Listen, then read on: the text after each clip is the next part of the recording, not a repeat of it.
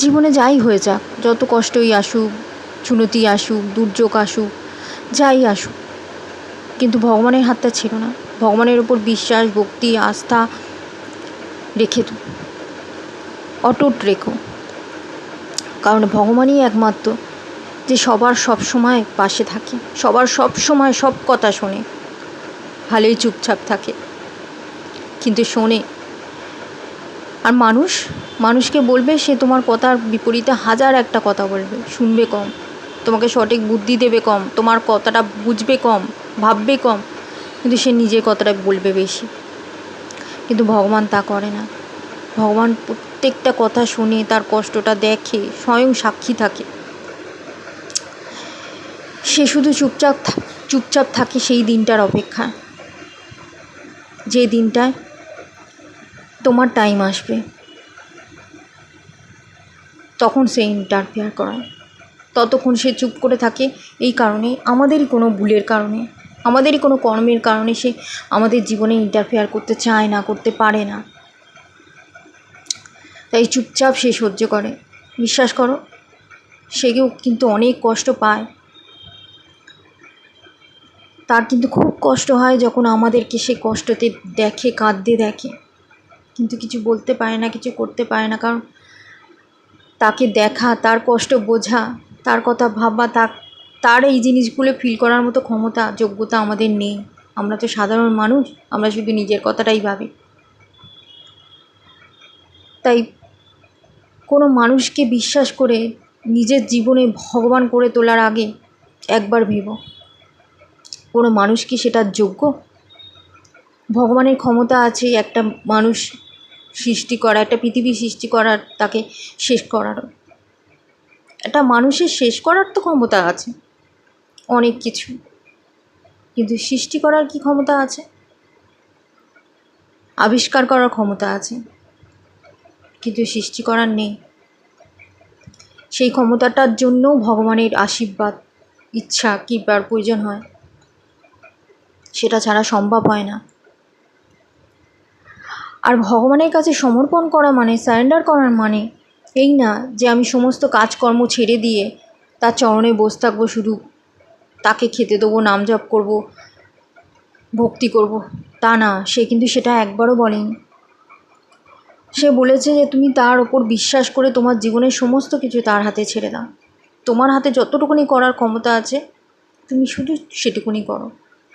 দৈনন্দিন কাজ কর্ম, যেভাবে যার যেটা কাজ সে সেটা করো। নালে খাবে কি, খাওয়াবে কি, নিজে কি করে বাঁচবে আর অন্যকে কি করে বাঁচাবে, তাই না? তার জন্য তো কিছু না কিছু করতেই হবে। আর মানুষের জন্য, তোমার ফ্যামিলির জন্য যতটুকুনি যাকে বলার, যাকে করার করো। শুনলে ভালো, না শুনলে না ভালো, বাকিটা ভগবানের হাতে ছেড়ে দাও। সে তো আছে, দেখে নেবে, বুঝে নেবে।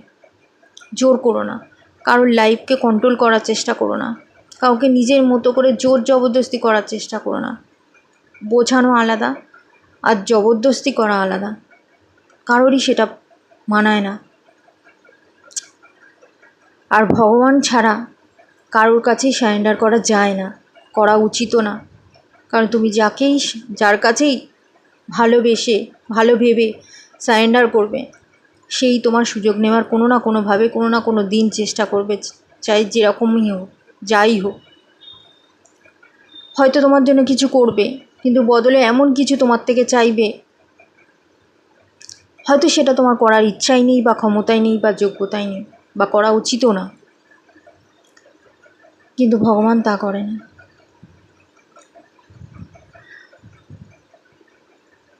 কারণ ভগবান মানুষ নয়, আর নাই মানুষ ভগবান হতে পারে। ভগবান ভগবানই হয়। তাই ভুলেও কখনো কোনো মানুষের হাতে সারেন্ডার করো না। যদি সারেন্ডার করতেই হয় তাহলে শুধুমাত্র ভগবানের কাছে করো, ভক্তির সাথে, বিশ্বাসের সাথে, ভালোবাসার সাথে, আস্থার সাথে। চাই প্রয়োজন পড়লে ঝগড়া করো, ঠিক যেমন রাগ হলে, কষ্ট হলে, দুঃখ হলে বাবা মার সাথে ঝগড়া হয়, সম্মান বজায় রেখে যতটুকুনি করা যায়, ঠিক সেরকম ভগবানের সাথেও করো। নিজের কষ্টটা বলো, ন্যায় চাইলে ন্যায় চাও, যা বলার, নিজের কোনো ভুল থাকলে, গিল্ট থাকলে সেটাও বলো, সে চুপচাপ শুনবে, সংশোধন করার মৌকা দেবে। তুমি যদি চাও সেটা করতেও পারবে, তোমার যদি ইচ্ছা থাকে তো। ব্যাস, নিজের কাছে হোক, অন্যের কাছে হোক, কিংবা ভগবানের কাছে, কারোর সামনে, কারোর কাছে কারোর ক্ষতি চেও না। চাই সে যত কষ্টই তোমাকে দিক না কেন, তার জন্য তোমার যতই কষ্ট হোক না কেন, যেভাবেই, ক্ষতি চেও না। ব্যাস, ভগবান শুধু এটুকুনি চায় যে তুমি জীবনে যাই হয়ে যাক, তুমি সৎ পথে থেকো, ভালোভাবে থেকো। তুমি তোমার চরিত্র বদলিও না, তোমার রাস্তা থেকে তুমি ভটকেও না। তাহলে দেখবে আজ না হোক কাল ভগবান ঠিক তোমার সাথ দেবে যখন তোমার সময় আসবে। সে তো শুধু অপেক্ষা করে সেই দিনটা, কবে আমাদের সাথে সে ন্যায় করবে। সে তো আমাদের কারণেই করতে পারে না, আমাদের কিছু ভুল, কিছু কর্মের কারণে আমাদের লাইফে ইন্টারফেয়ার করতে পারে না যখন তখন। তাই তাকে কখনো ভুল বোঝো না, ভুল ভেবো না। ভেবো না যে সে শুনছে না বা সে ন্যায় করে না, না করে, যখন সঠিক সময় হয় সবার জন্যেই করে। কিছু প্রশ্ন থাকলে করো, যদি তোমার প্রশ্নের উত্তর দেওয়ার সে মনে করে, দিতে চায়, যোগ্য বলে মনে করে, তাহলে অবশ্যই দেখবে কোনো না কোনোভাবে, কোনো না কোনো মাধ্যমে সে তোমার প্রশ্নের উত্তর দেবে, তুমি পেয়ে যাবে কোনো না কোনো দিন। হয়তো সময় লাগে এইসবে, কিন্তু হবে। বিশ্বাস রাখলে সব কিছু সম্ভব, তাই বিশ্বাসটা কোনো দিনও মরতে দিও না। এক কথায় বলতে পারি যে আমরা শুরু করি বা শেষ, সৃষ্টি করি বা নষ্ট, যাই করি তার ইচ্ছাতেই করি, তার অনুমতিতেই করি, তার ক্ষমতাতেই করি।